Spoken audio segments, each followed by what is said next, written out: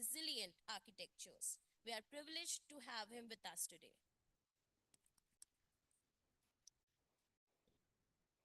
Ladies and gentlemen, it is my distinct honor to invite on stage the Global Head GRC and Audit ZS Associates, Mr. Ali Khan, with over 15 years of experience in risk management and audit.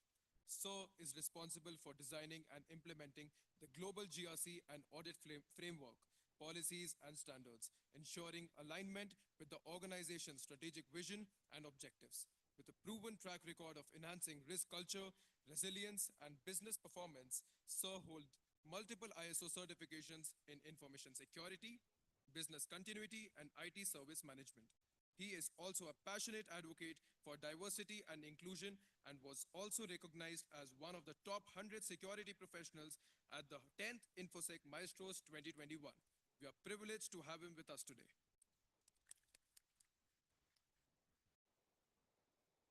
Next up, we would like to invite Mr. Shankar Radhakrishnan to join the panel on stage. Sir is a partner in the data engineering service line, Tiger Analytics, recognized as a thought leader and data specialist with deep expertise in enterprise data architecture, big data analytics, and large scale data warehousing. Sir engages directly with the CXOs, business, and IT leaders as a trusted partner to shape and build big data and analytics strategy, cloud, and digital program plans.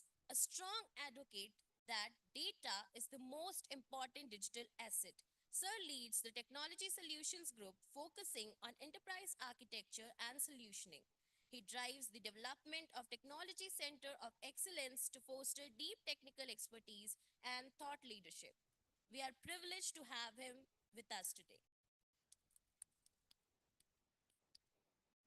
Next up, please join me in extending a warm welcome to Mr. Umesh Bhapkar, Senior Director and Head of Information Security, Synchron. Sir is an award-winning cybersecurity executive and thought leader with extensive experience in driving strategy-focused information security programs. Sir combines technical expertise and business insight to align security strategies with organizational goals. He oversees global cybersecurity initiatives and teams, protecting organizational assets while enabling secure business growth. Sir has been recognized with multiple recognitions, including CIO of the Year, Top 100 CISO, and InfoSec Maestro. He is also a frequent keynote speaker and an active contributor to industry roundtables. We are privileged to have him with us today.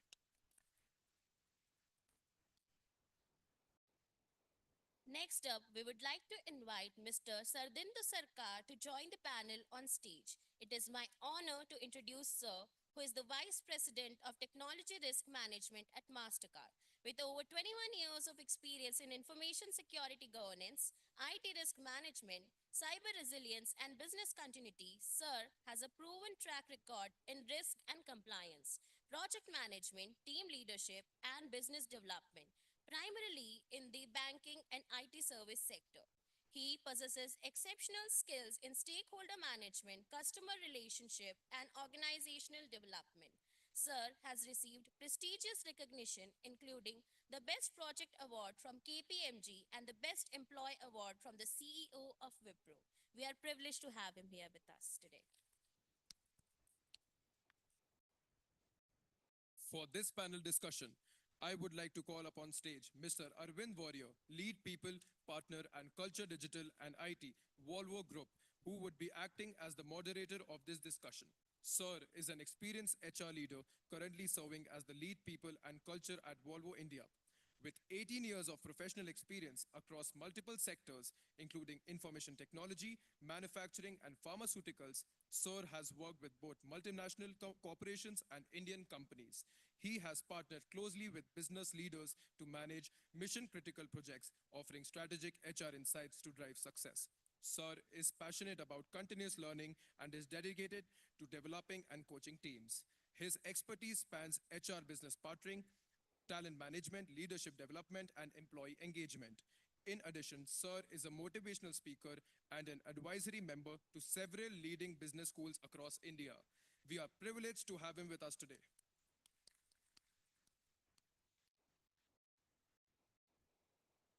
So, ladies and gentlemen, Let's dive right into the discussion. Panelists, the floor is all yours.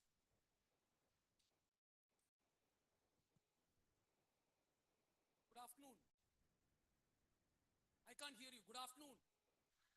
Fantastic. So, very good afternoon, my dear leaders, dreamers, and doers of tomorrow. It's a great privilege. I'm humbled and honored to be part of this great intellectual discussion, intellectual stimulated discussion with the great panelists, which is powered by Symbiosis Institute of Digital and Telecommunication Management. So, I'm really super excited to be part of this whole thing. So before I start, you all were part of the Anil Jain's presentation, right? What was the third slide all about? I'm going to give you chocolates. Who is going to answer? Definitely I'm going to give you chocolates. It's on me. What was the third slide all about? It's not there in your mobile phones, unfortunately. So what was the third slide all about? Yes, sir. Cyber resilience. It was not that. Sorry. But still, I'll give you a chocolate. Anything, something which is which you all say, which he was saying, which is very important in terms of the security and all those things. He said it's a high risk area. Three things. SEP. Any guesses? Security, ethics, and privacy in the age of AI. Correct? Okay. Thank you. So with this, let me just start this fantastic discussion. When the so-called cyber attacks are inevitable, what you only have with you is your so-called cyber resilience as your competitive advantage. Keeping this in mind, let me just tell you what cyber resilience is all about. It's IRR, not internal rate of return.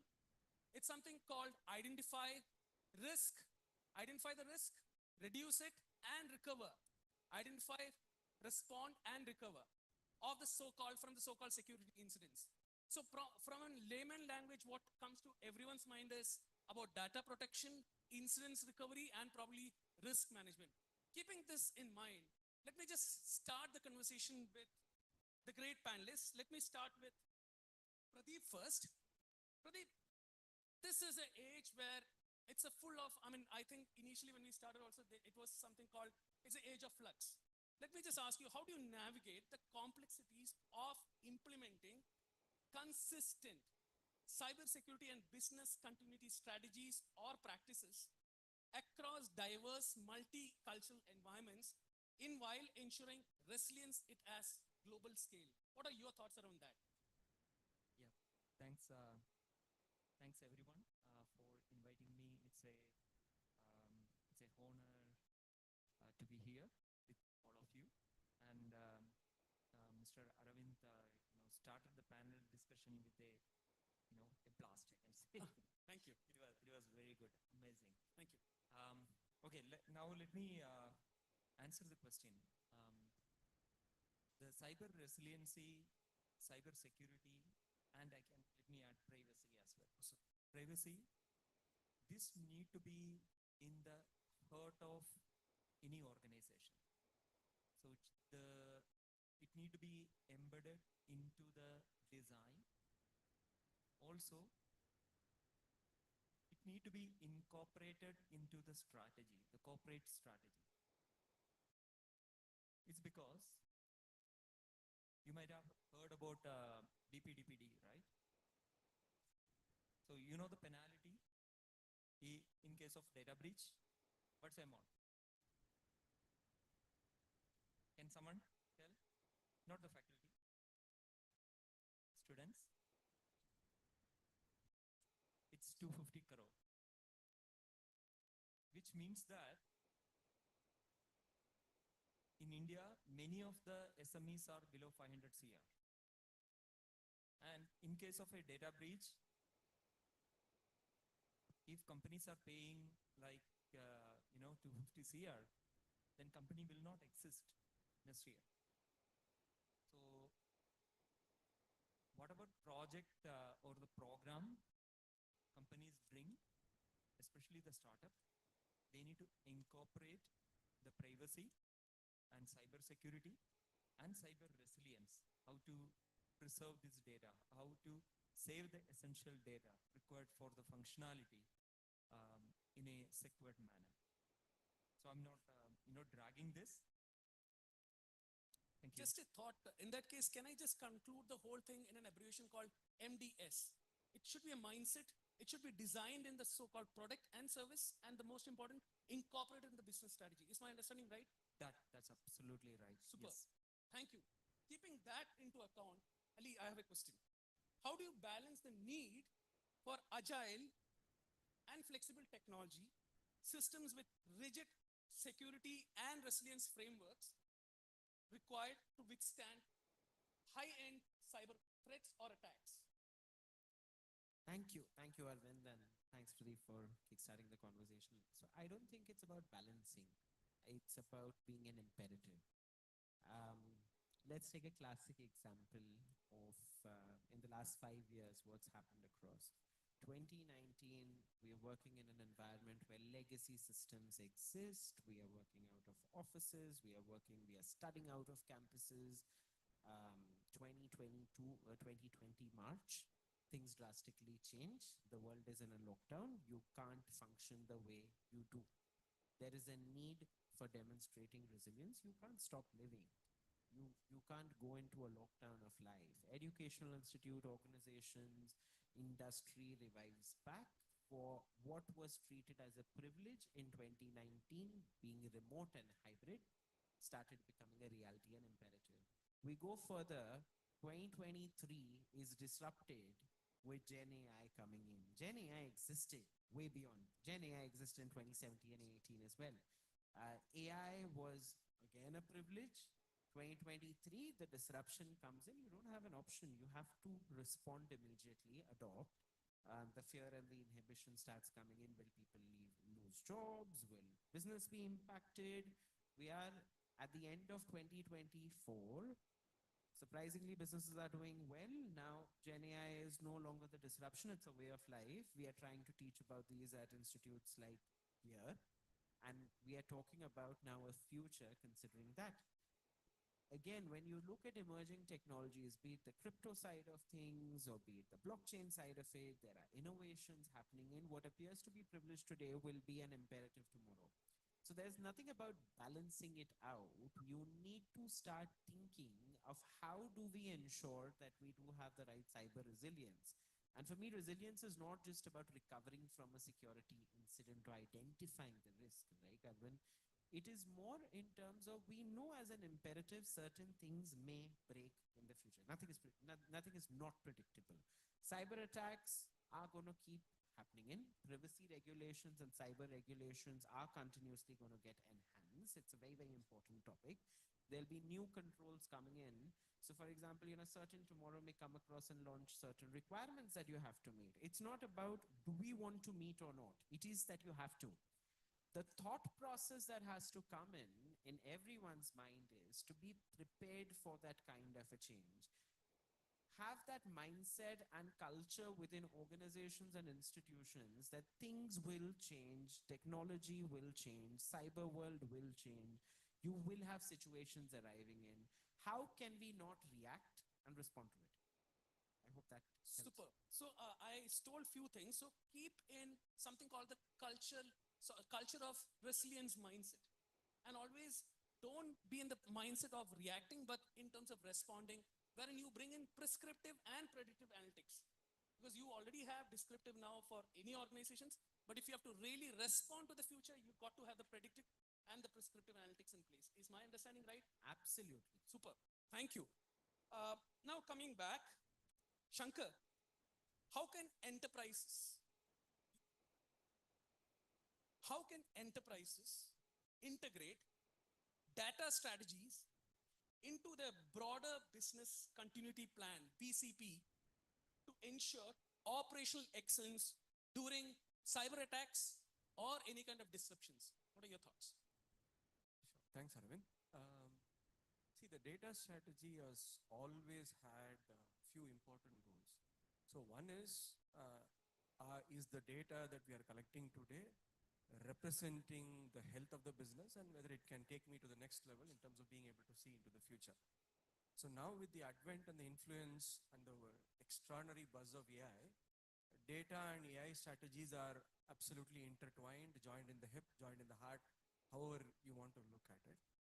So when it comes to the business continuity plan, in the realm of cyber security, there are many aspects where we as data architects or solution architects, when we advise to our clients or when we are building products, there are many considerations for us to actually integrate that as part of the core strategy that we are building or recommending around these systems.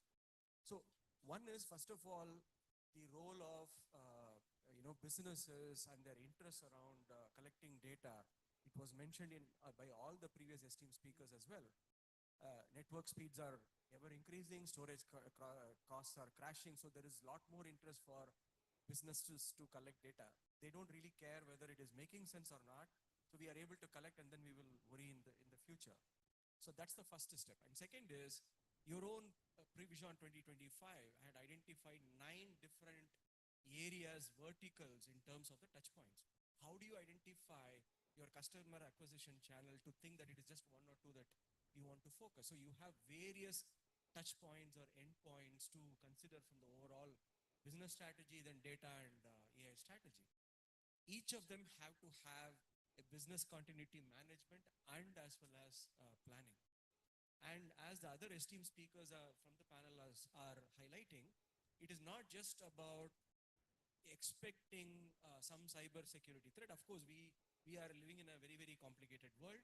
Too many touch points. We always come across either a data breach or our sensitive data being compromised all the time.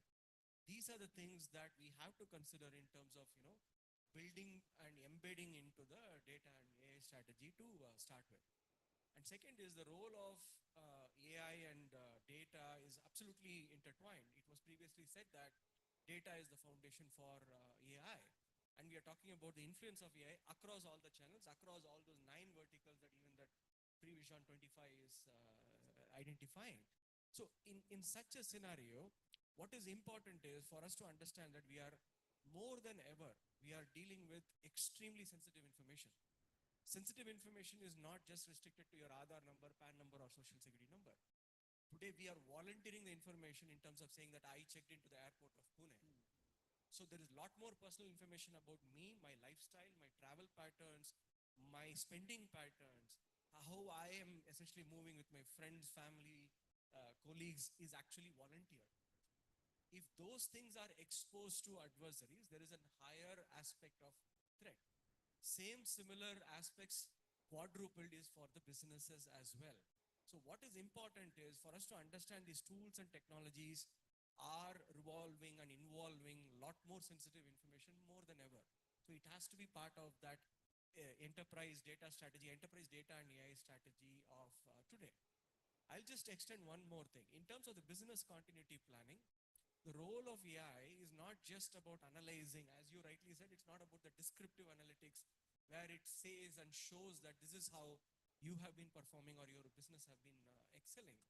So the role of AI is a lot more profound, more than ever, in the sense that based on the data that is being collected, based on how these threats from the past, some unusual activity, unusual access request can actually be analyzed by AI, because AI is very, very good in being able to analyze and process humongous amount of data. So in so many ways, you have to have a strategy which is actually cyclical by design, but cyclical in a positive way, where these insights are actually helping you identify those touch points, reinforce that touch point, so that you are, as you rightly said, it's not just about preventing an attack, but being able to do what is commonly called as threat intelligence, and then extending that insights to essentially enable all these different sentry points to be able to prevent any further attack. But again, it's a fastly evolving field, so we need to essentially have a continuous process of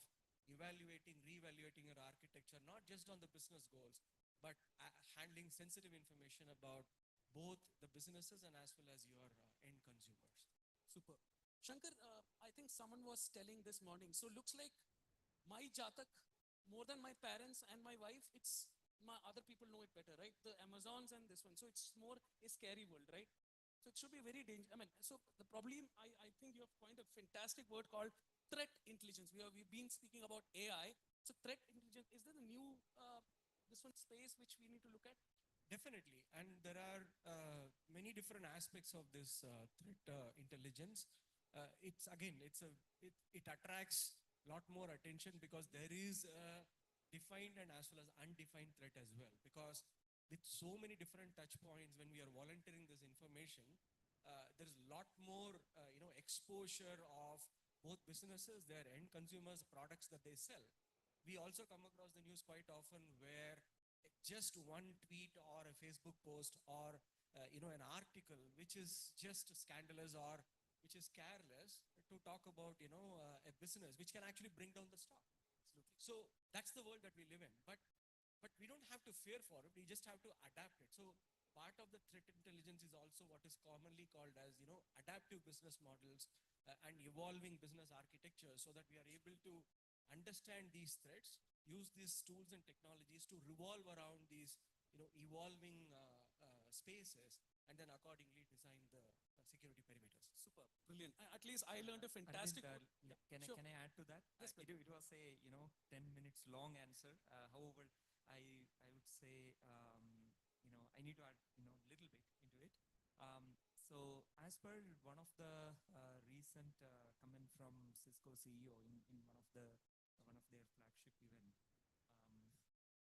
um, he was categorizing people and companies into two categories.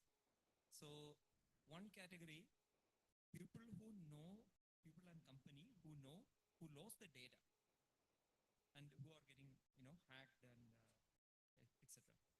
What is the second category? Can someone guess? The First category is where you have the people and the company know the data. know that they lost the data. They lost the data. Okay. Okay. And the second category, let me tell in the interest of time.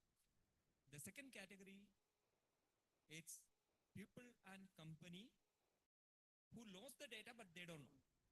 There are only two categories now, which means that somebody is listening to this conversation because our if you see our Google, it's continuously listening to what we say. Similarly, camera is capturing the data, photos, but we don't know.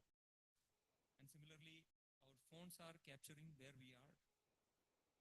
So much data is getting generated every moment, and somebody is using it. The velocity of the data is huge. So it's very scary also, Pradeep. I think everyone was scared and now you have added more scares to the whole, this one also. Very good. Thank you. So that is very dangerous. Okay, good. So Sharath, keeping all this in mind, how can organization future-proof GRC? I want you to tell us what is GRC now. Framework to remain effectively compliant to stringent regulations, maintaining continuous this one to unpredictable incidents. Your thoughts? Thanks, Arvind. At the onset, I think I thank SIDTM for bridging the skill gap, and thank you for giving me the opportunity to share the stage with industry stalwarts. A very relevant question in today's context. GRC process is no longer a good to have. It is a must have with the evolving technology landscape and the changing paradigm of regulation. Provide reasonable assurance to their interested stakeholders, which includes their shareholders, the regulators, and customers. Now, what does a reasonably assured GRC process mean? Let's break it down.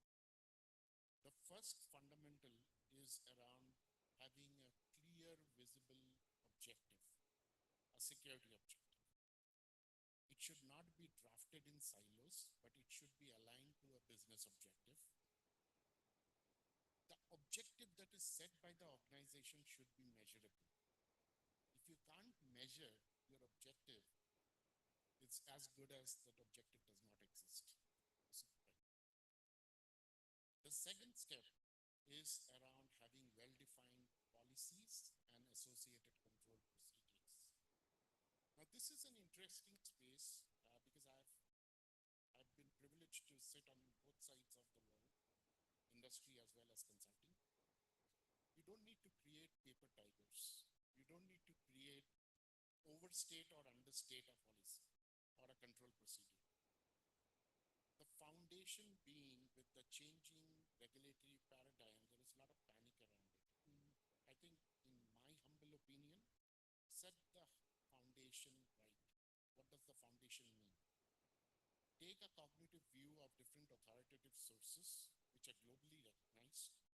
Use that as your base to create the so-called baseline control expectation. And it is okay to have your policies or procedures to reflect your current state and your future state. So today you say that this is where I am and this is where my vision is to move forward, complemented by a substantiative roadmap where you can demonstrate progress. No regulator is going to nail you down. In fact, they would be appreciative that you are demonstrating a clear intent to move into a path which is more sustainable and provides reasonable assurance to your interested parties. The next step is around risk management, and that needs to be agile. And when I say agile, leaning early on when you are developing a business process or you are developing a product. How are you enabling your frontline business with control expectations? How are you setting guardrails? That is the check and challenge phase, where you are checking what you have asked to be developed, is it in order? Something to also consider is a cultural shift. Because mind you, risk is always a potential. It has still not materialized. If it had to materialize, it is an incident. Right? So a common tendency of saying that it has never happened to us, it's never going to happen. You have to shift that mindset to say, what if it has to happen? Do I have plans available ready for it? Next step within this process is inclusion of key tools and technologies and looking at layered defense. You cannot rely on primary set of controls. What if your primary control has to fail? Do you have layered defense to minimize the impact?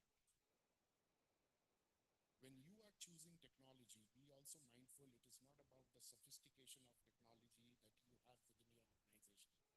Oh, I have a Gartner Magic Quadrant technology. It serves no good if you don't have skills to operate that technology, if you don't fine-tune that system. Somebody in the initial conversation on AI was talking about how do you continuously go ahead, monitor, review, and tune those systems. Similarly, you will have to tune your technology systems. After doing your risk assessment, we initially touched upon your objectives being measurable. Each function and business should have measurable KPIs and key risk indicators. These KPIs or risk indicators should be a North Star for your organization.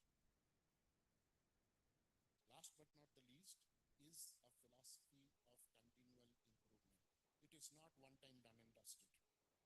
You'll have to revisit it, do a course correction basis the risk indicators that you're getting to fine-tune your controls, fine-tune your policies. This is how the evolution of continuous monitoring, and last but not least, is using data insights. Somebody in the morning said that how much of data is enough versus how much is not enough, right? I think we need to be balanced and we need to take data insights for continuous monitoring. You cannot be there everywhere to get an interpretation of the compliance state. A data insight or a data-driven sort of automation will help you know your state of compliance. So in my opinion, if you look at these fundamentals, tweak those systems appropriately, you would have a better GRC process. Awesome. So just to put your whole thing, it's called Oh My God. Okay. Objective, metrics, guidelines, guardrails, and most important, the culture which supports everything and everything powered by data. Is my understanding right? Super. Thank you. So OMG, oh my God, in the world of AI. Thank you. Again, another threat like what Pradeep started telling us. He started creating more fear for all of us. Okay, on a lighter note. Okay, Umesh, now we have got all this framework. So one important question. How can organization strengthen cyber resilience by implementing most or more robust cyber threat assessments or any kind of assessments from the third parties and integrating that as part of your business continuity plan or as part of your business continuity management? How can we do that?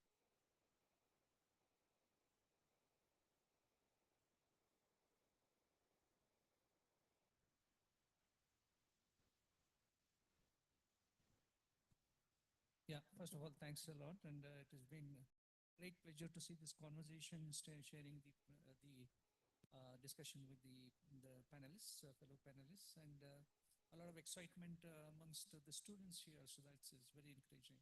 And this kind of industry and academic partnership should continue all the time, so that the academics is relevant to what happens in the industry. Coming to your question, the third party risk management is extremely important within the organization, right? So um, the organization must have a third party risk management for program, every organization, because third parties bring in, while they are providing a lot of services, there is an imminent inherent risk in the way that the third parties bring in. So there has to be a program framework for every organization to manage third parties. This can include, for example, you have vendors, you have consultants, you have maintenance teams, you have in-house housekeeping teams. There are plenty of third parties that are interfacing. And if you look at the cyber incidents, a lot of these incidents happen because of the threats introduced by the third parties. A vendor risk program, vendors can also introduce a lot of these kind of risks and threats. A risk program should basically cover all the third parties. For example, if you are having the vendors, is there a program to conduct risk assessments regularly with all the third parties that you have, the vendors, what kind of threats they are bringing? You need to categorize your third parties based on the level of information that they have. There might be some third parties may have access to sensitive information. For example, some third parties may have access to your PII.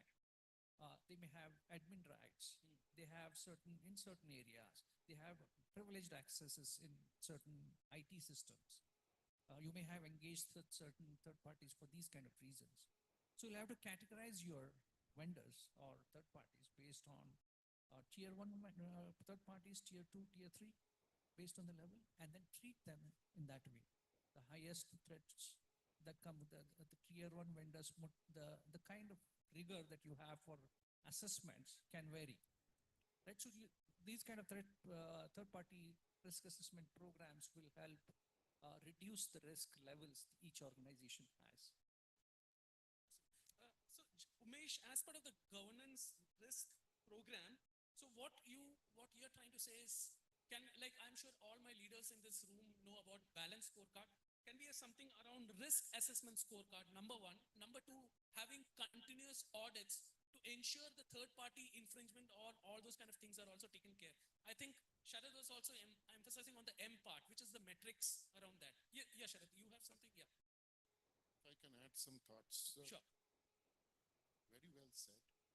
All third parties are not supposed to be dealt in the same way. It depends on the information that they hold and process. I think imperative thing is, how are you passing the requirements through a contract? How are you monitoring them over the period of time, just not the initial due diligence? Last but not the least is, what are some of those parameters in terms of SLA, SLIs that you are defining?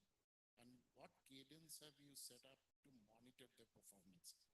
What do you do if they don't meet their performance benchmarks, right? Until and unless there is a governance process set around these fees, you will end up getting some problems from third parties as well. And Anand, Sharad, most important thing is it's not one-time activity. It's something called what you rightly said, continuous improvement in terms of your governance and risk compliance. Super. Any add-ons? One Let point me- I wanted. let, Sure. let me add to that.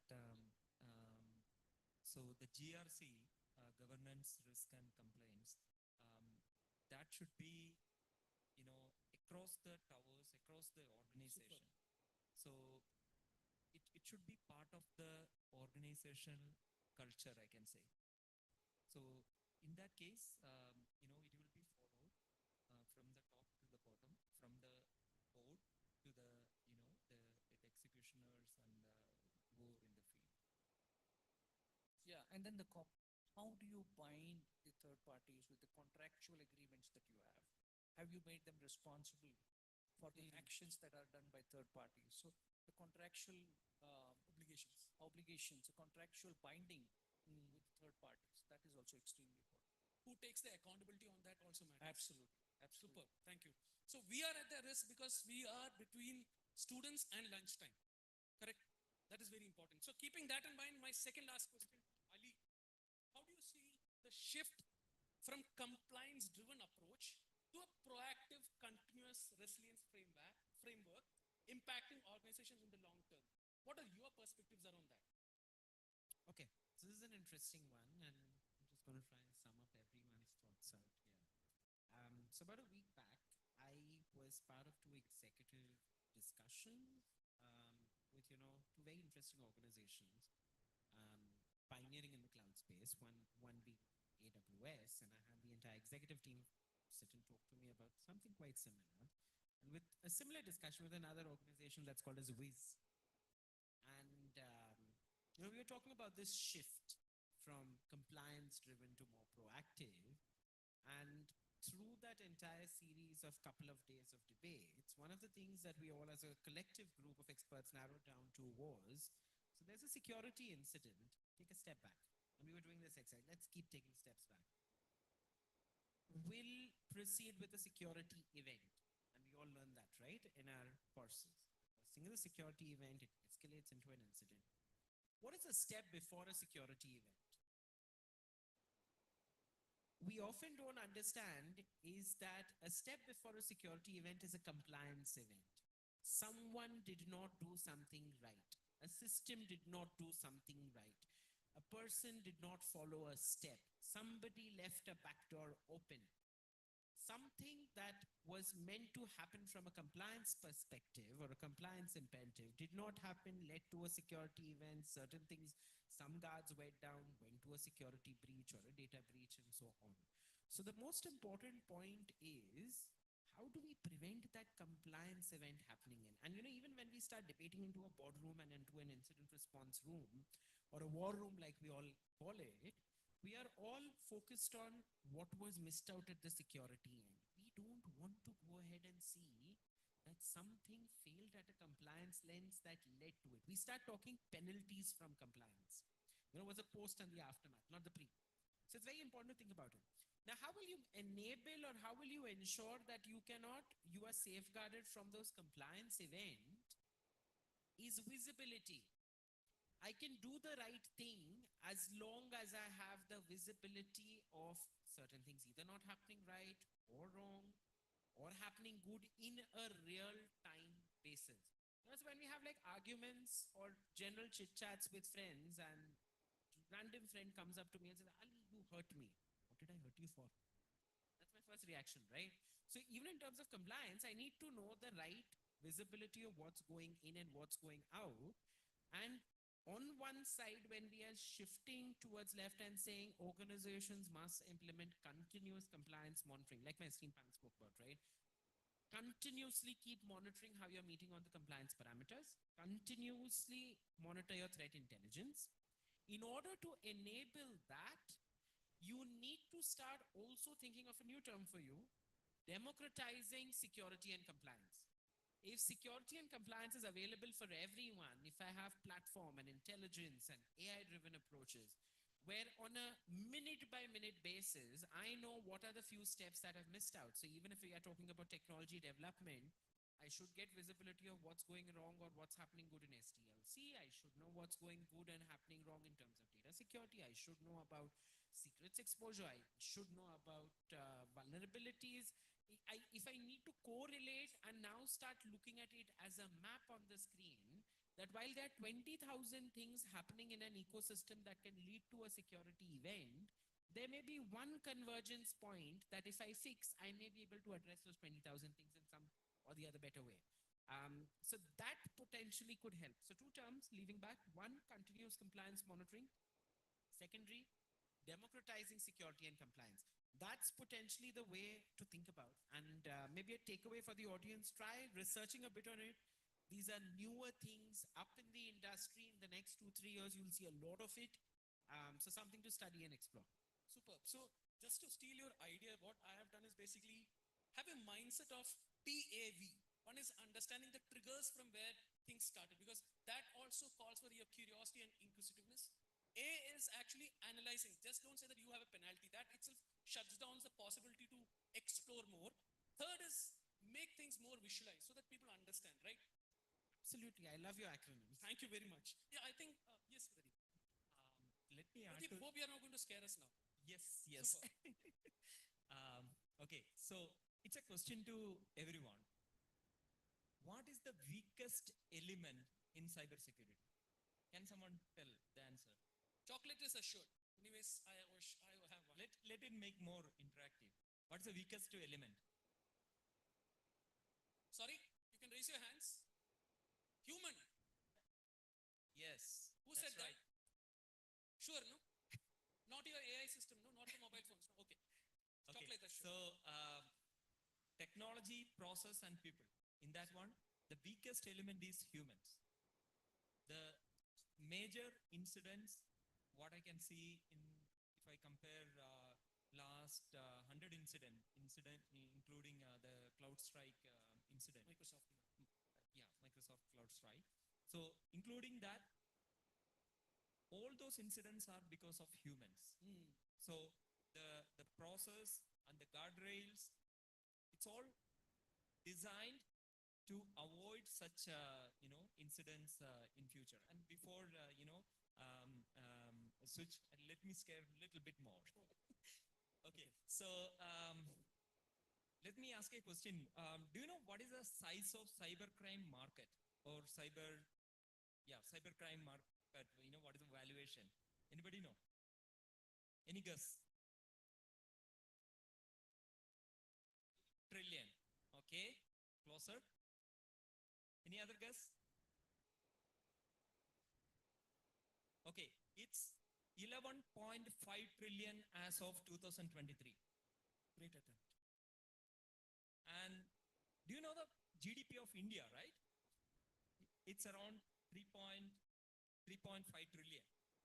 That means the size of the cybercrime market is 3 times the size of Indian GDP. And 2024, as per the another study, 2024 it will be 14.5 trillion, and by 2027 it will be 24 trillion.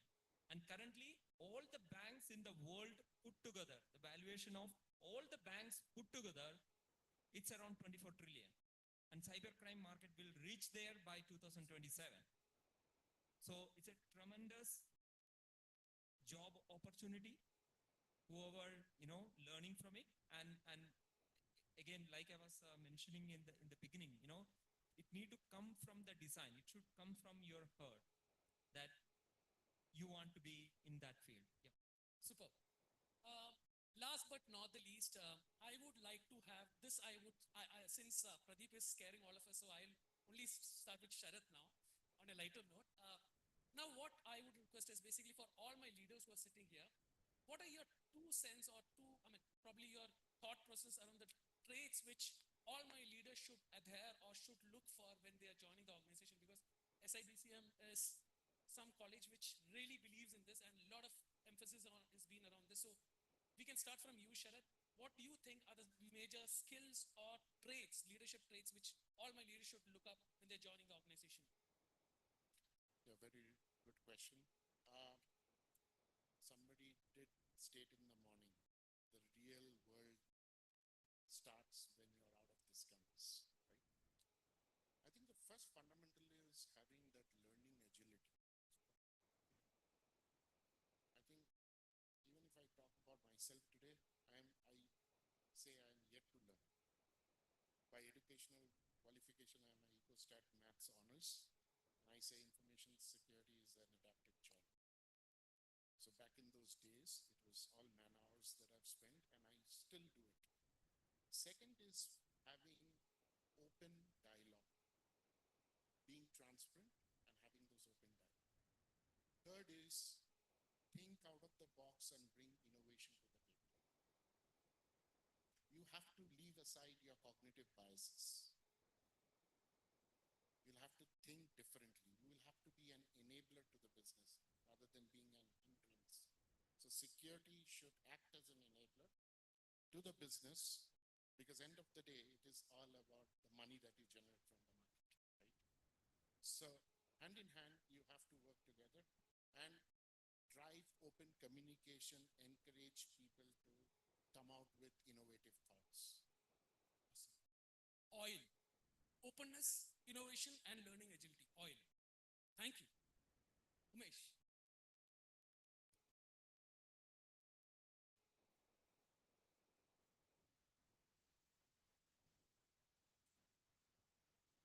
Yeah. So all of you when graduated and moving to the and joining organizations across the industries, be it any industry, whether cybersecurity or any industry.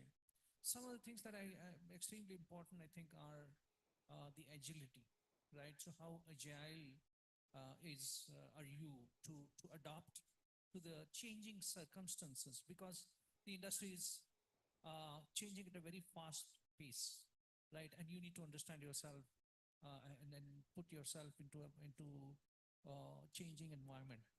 The other thing important is the integrity, right? The core values that you cannot compromise, right? So the value systems that you are driven on have to be a solid and foundational, right? And then if you are working for your customers, you need to identify who those customers are and put your customers first, right? And having that mindset of customer first has to be there throughout your behavior, right? So some of these things I think are important when you, yeah, as part of your leadership traits. Thank you very much, Umesh. FIC. Flexibility, integrity, and having customer mindset. Thank you. Shankar. I have a question for you. Oh, is it? Can you please share all the abbreviations that you have made? Separate line. Okay, I will. Thanks a lot. Oh, never, experienced this. Thank you very much. Cross. No,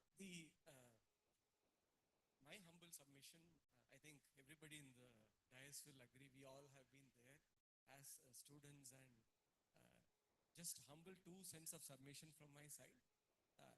One is always have a learning appetite. We live in a very, very constantly changing, evolving world. It's so exciting to be here. I can relate to many of my old memories when I was like you, listening to these kind of conferences, and when others share insights. So that willingness to learn and then adaptability to the ever-changing world is very, very important. Number one. Number two, I strongly believe that the world is flat, which means we are connected, interconnected. We are just one phone call away, one video call away from whoever it is across the world. So in such a scenario, the guiding principles are how you are able to understand those minute but important cultural nuances, the geographical context, more so when you're dealing with highly sensitive information. And then you need to contextualize all this. It's a great learning process, but the more you adapt to such a global environment, the decisions that you take, the interests that you chase will all make your journey a lot more interesting and easier. All the best to all of you. Thank you very much, Shankar. No abbreviation. There is abbreviation. I tried. You tried to confuse it, but I still managed to. It's called LAC. Okay, learning, adaptability, and most important, collaborative mindset. Because when you have to cross boundary, we have to do that. Fantastic. So I would say for all the leaders out here, it all starts with you. Be you, be true. You are not in a race with anyone. You are in a race with your own self. Never doubt yourself and never be afraid of breaking a myth or breaking in a mindset. It's all within you, you know. So while on this panel today we spoke about people are the weakest link in terms of security, I quite also believe that people can be the strongest link because people are the ones who create technology and processes. So I would say be the strongest links, be you, be true. All the very best. God bless. Okay, thank you very much, Ali. But still, it's AC, okay? It's quite easy. It's called authentic self and creative confidence. Am I right? Thank you. Um, okay, let me start with I'm a Gartner Peer Community Ambassador. So let me say what Gartner tell students. As per Gartner prediction, the half-life of technology is 18 months. So your professors may be knowing it, which means that every 36 months, technology changes. Which means that whatever you study in the first year, first semester, that may not be applicable at the time you join a company. So my advice is learn, unlearn, relearn. That's the only way you can progress. That's the only way you can get a job, by the way. So you need to learn what industry is doing. You need to connect with the people in the industry. So when I did my engineering 26 now 26 years back, that time I did not had any chance to connect with any of the industry leaders. So we had some EFI magazines and few books. Through that we can interact, right? We can learn what they written in the document. Other than that, we did not had any chance. But now you have powerful media, social media. I heard in the morning that 16 and below are banned. That's fine, but you are not 16, right? So I would say connect with industry leaders, probably via LinkedIn. LinkedIn is a good social platform, professional platform. So take out your mobile, find some of us, and connect with us. And similarly, connect with whoever you think are the best in the industry. They may not accept, by the way. I may accept, but they may not accept. However, try. You may be able to connect with HR leaders, and you may be able to connect with many others. Yeah, that's my advice. Thank you. Super, Pradeep. Thank you. I think No abbreviation. yeah, it is there. If you happen to see, there is a common thread which is among all my great leaders who are here.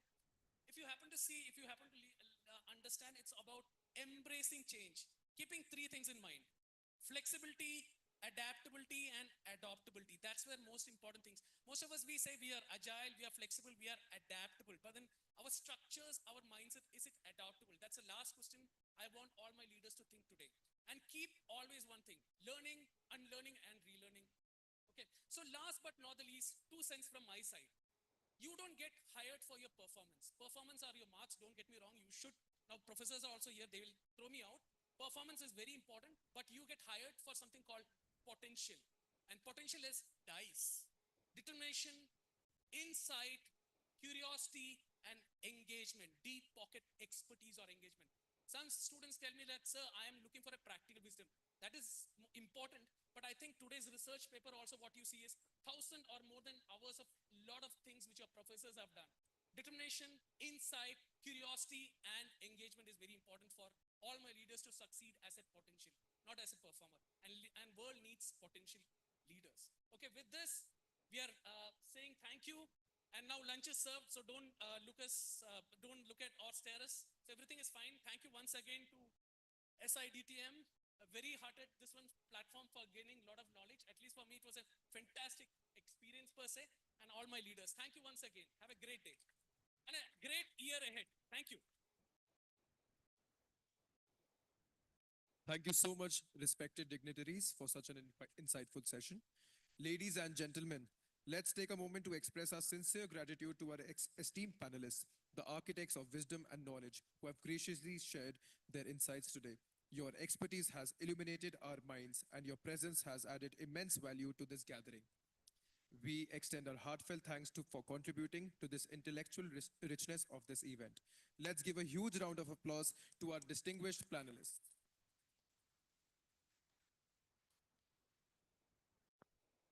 Now, I would request Dr. C.A. Abhijit Chitputkar, sir, Director, SIDTM, to step forward and felicitate our esteemed panelists.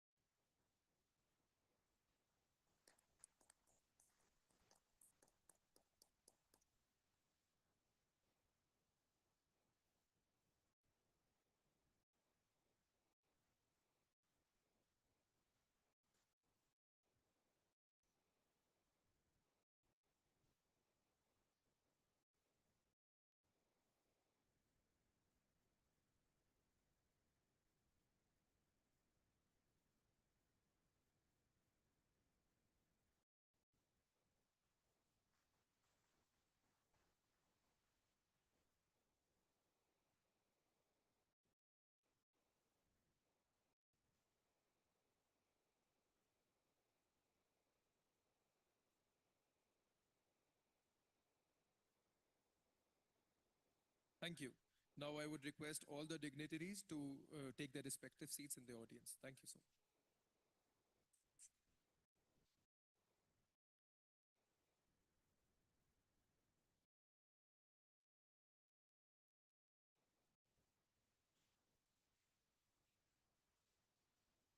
I hope you have been enjoying the sessions and discussions so far. And now it's time for a well deserved break. We'll be having a lunch break and joining back exactly in 45 minutes. The students are requested to kindly be seated while the dignitaries leave the auditorium.